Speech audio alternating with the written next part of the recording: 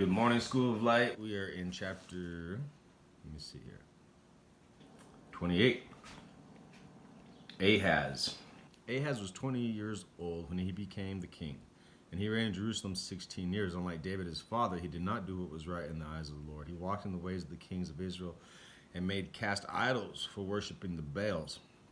He burned sacrifices in the valley of Ben-Hinnom and sacrificed his sons in the fire, following the detestable ways of the nations the Lord had driven out before the Israelites. He offered sacrifices, burned incense at the high places on the hilltops and under every spreading tree. Therefore, the Lord, his God, handed him over to the king of Aram. The Arameans defeated him and took many of his people as prisoners and brought them to Damascus. He was also given into the hands of the kings of Israel, who inflicted heavy casualties upon him. And one day, Pekah, son of Remaliah, killed 120,000 soldiers in Judah because Judah had forsaken the Lord, the God of their fathers. Zikri, an Ephraimite warrior, killed Maaseiah, the king's son, Azrikam, the officer in charge of the palace, and Elkanah, second to the king. The Israelites took captive from their kinsmen 200,000 wives, sons, and daughters. They also took a great deal of plunder, which they carried back to Samaria. But a prophet of the Lord named Obed was there, and he went out to meet the army when they returned to Samaria. He said to them, "Because the Lord, the God of your fathers, was angry with Judah and gave them into your hand, but you have slaughtered them in a rage that reaches the heaven, and now you intend to make the men and women of Judah and Jerusalem your slaves? But aren't you also guilty of sins against the Lord your God? Now listen to me. Send back your fellow countrymen you have taken as prisoners, for the Lord's fierce anger rests upon you." Then some of the leaders in Ephraim, Azariah, son of Jehohanan, Barakiah, son of Meshillemoth, Jehiskiah, son of Shallum, and Amasa, son of Hadali, confronted those who were arriving from the war. "You must bring those prisoners here," they said, "or we will be guilty before the Lord. Do you intend to add to our sin and guilt?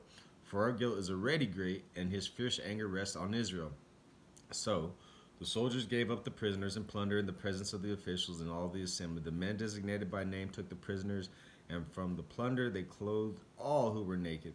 They provided them with clothes and sandals, food and drink, and healing balm.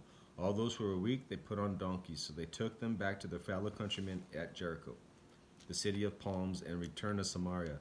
At that time King Ahaz sent the king of Assyria for help. The Edomites had again come and attacked Judah and carried away prisoners, while the Philistines had raided towns in the foothills and in the Negev of Judah. They captured and occupied both Shemesh, Ahijalon, and Gederoth, as well as Soko, Timnah, and Gimzo, with their surrounding villages. The Lord had humbled Judah because of Ahaz, king of Israel, for he had promoted wickedness in Judah and had been the most unfaithful to the Lord. Tiglath-Pileser, king of Assyria, came to him, but he gave him trouble instead of help. Ahaz took some of the things from the temple of the Lord and from the royal palace and from the princes and presented them to the king of Assyria, but that did not help him. In this time of trouble, King Ahaz became even more unfaithful to the Lord. He offered sacrifices to the gods of Damascus who had defeated him. For he thought, since the gods of the kings of Aram have helped them, I will sacrifice to them so they will help me. But they were his downfall and the downfall of all of Israel. Ahaz gathered together the furnishings from the temple of God and took them away. He shut the doors of the Lord's temple and set up pillars on every street corner in Jerusalem. In every town in Jerusalem he built high places to burn sacrifices to other gods and provoked the Lord, the God of his fathers, to anger.